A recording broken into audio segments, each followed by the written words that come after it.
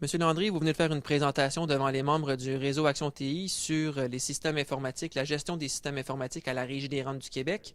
La Régie des rentes du Québec, c'est 7 millions de communications par année, c'est 4 millions de cotisants, c'est 1,7 million de bénéficiaires. Quelle est votre philosophie au niveau de la gestion des systèmes informatiques là, quand on connaît la taille de la Régie des rentes du Québec? Notre philosophie est de faire en sorte que les systèmes répondent le mieux possible et supportent le mieux possible la prestation de services aux citoyens.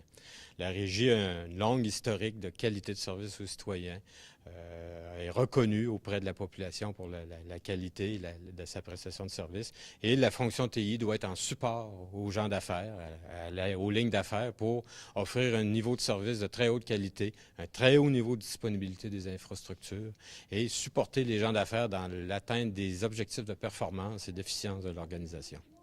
Et à ce moment-là, on sait, bon, la Régie des rentes qui est un fournisseur de services, on connaît, dont vos services web sont en constante progression d'année en année. Qu'est-ce qui prend de plus en plus de place? Donc, quels sont vos défis au niveau de la gestion justement de cette infrastructure TI?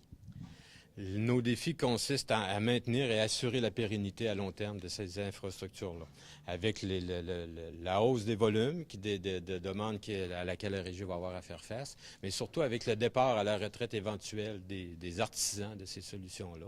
On a la préoccupation d'assurer une évolution ordonnée et d'assurer la pérennité, la santé de ces actifs informationnels qui commencent à prendre de l'âge, même s'ils sont toujours performants. Donc, on doit avoir cette préoccupation-là de faire une lecture adéquate de l'état de santé de ces systèmes-là et de proposer à l'organisation les moyens ou les solutions ou les investissements pour assurer à long terme le maintien de ces niveaux de service-là. Vous avez parlé du plan 2012-2016 de la Régie des rentes du Québec pour faire évoluer ces services informatiques. Parlez-nous un petit peu des axes de développement qui seront mis de l'avant au cours des prochaines années.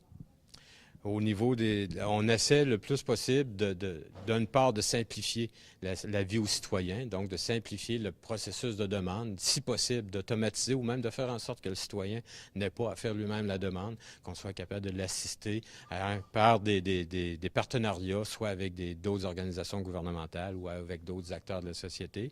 Et ce qu'on essaie de faire aussi, c'est d'automatiser le plus possible le travail de nos agents, de nos préposés au renseignement, de façon à ce qu'un certain nombre d'actions, un certain nombre de travaux soient pris en charge par les technologies pour que les gens puissent se consacrer à accompagner et servir le citoyen, donc à faire des tâches à valeur ajoutée pour le service à la clientèle plutôt que des tâches répétitives qui peuvent être prises en charge par les technologies.